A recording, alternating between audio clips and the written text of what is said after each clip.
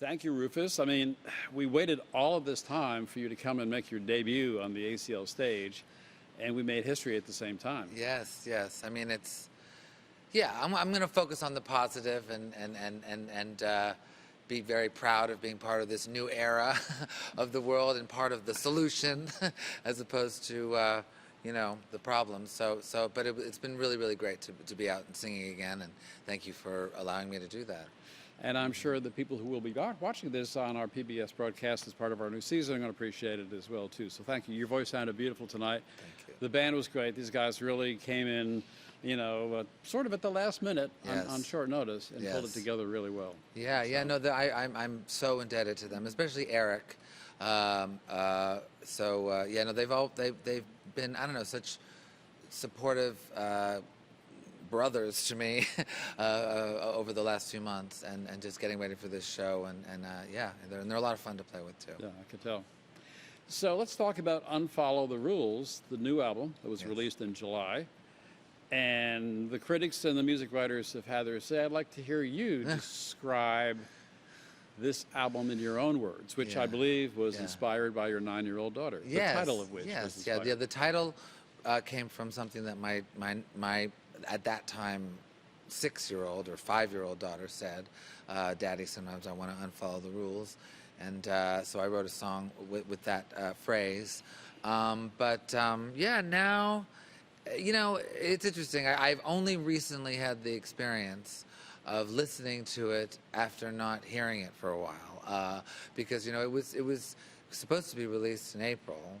And then we had the COVID, and then it was pushed to June, and I just really with all the press and mixing and it was really jumbled up in my head for quite a long time, and so I did take somewhat of a hiatus for a month, and I popped it in again recently. And it sounds amazing. Mitchell Froome, the producer, and David Boucher, who mixed it, did a sonic, I feel it's somewhat of a sonic masterpiece in terms of what the work that they did. The balance between my voice and the band, and the other musicians, and also having little orchestral moments. Listening to the production, it sounds like you had fun. Yeah, making it, we had fun, but it was never too crowded. It was never a war. It was always about serving the song, and so I'm very, very satisfied with it. But in terms of the 12 songs, was this how would you describe it? Was it a progression, an evolution, a reflection, some combination of all of those things? These were all songs that I'd written over the last 10 years, because I was away producing operas. I produced 2 operas, Prima Donna and Hadrian, and did some other projects. Anyway, but in that period, I found myself writing songs. I finally found myself writing songs just to kind of pleasure myself and really express my inner feelings in order to survive in the world. It wasn't about the next record or what was the hit single. I just wrote these songs because I needed to, and so these songs came from that position, which I was very fortunate to be able to have. To get away for 2 seconds. Well, little did you know when you wrote the songs or recorded the songs that they were going to be released to the world in the midst of a pandemic, among many other strange things in these times that we're living through right now. In a way, do you think some of the songs have taken on a different meaning? Well, I think I definitely feel that in general, my kind of Rufus Wainwright sensibility is perhaps more relevant now than in more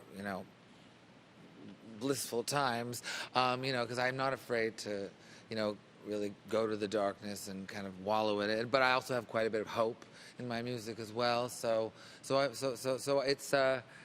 I don't know. I think that I definitely feel needed at the moment with the music that I make, and this album is a very good illustration of that. So. This is your 9th studio album. Now you've been at this for over 20 years, give or take. How do you compare yourself? What would the Rufus today say to the young Rufus 20 or so years ago? Work on your breathing. Besides that. Work on your breathing. That's the only real thing. I mean, I honestly mean that. I mean, when I was very young, my singing, I think I was just more concerned about like elongating my notes and doing these kind of acrobatic moves, and then I would kind of take these huge breaths in, and it was charming. But I've since really focused on my singing in a more athletic way. What about your songwriting? You're a different songwriter today my than you were songs 20 were years always ago. very good. My songs have always been very good, and I don't say that in a kind of egotistical way. It's just because I know that a lot now because I had just celebrated the 20th anniversary of my first album, Rufus Wainwright and Poses, and we went out and did those songs, and they stand up really, really well. My singing is what's improved the most. Songs were always Well, does this feel like your second act? I think you made some reference to that in another interview. Well, I feel like hopefully it's my second act of a 3-act play, as opposed to the beginning of the end. But it's it's definitely the beginning of a new era for me, and I think this album very much reflects my first album. The sensibility which that was made, with the same studios, some of the same musicians, same California sound, and now I'm ready to do something completely different once again. Your songs have always been autobiographical, which I think you admitted. Yes. And I'm sure your parents were a great influence in that regard. Yes. I mean, you have so much to write about. Yeah. Yeah, no, I mean, look, I had a song written about me called Rufus is a Tit Man when I was breastfeeding, from Kate. So it was, it's been a long journey of autobiographical kind of experiences and biographical of others. That's the way it is. I mean, one of the things that really shocked me recently was learning that, Randy Newman, one of my great idols, none of his songs are about anything personal. They're all complete constructs. Yeah.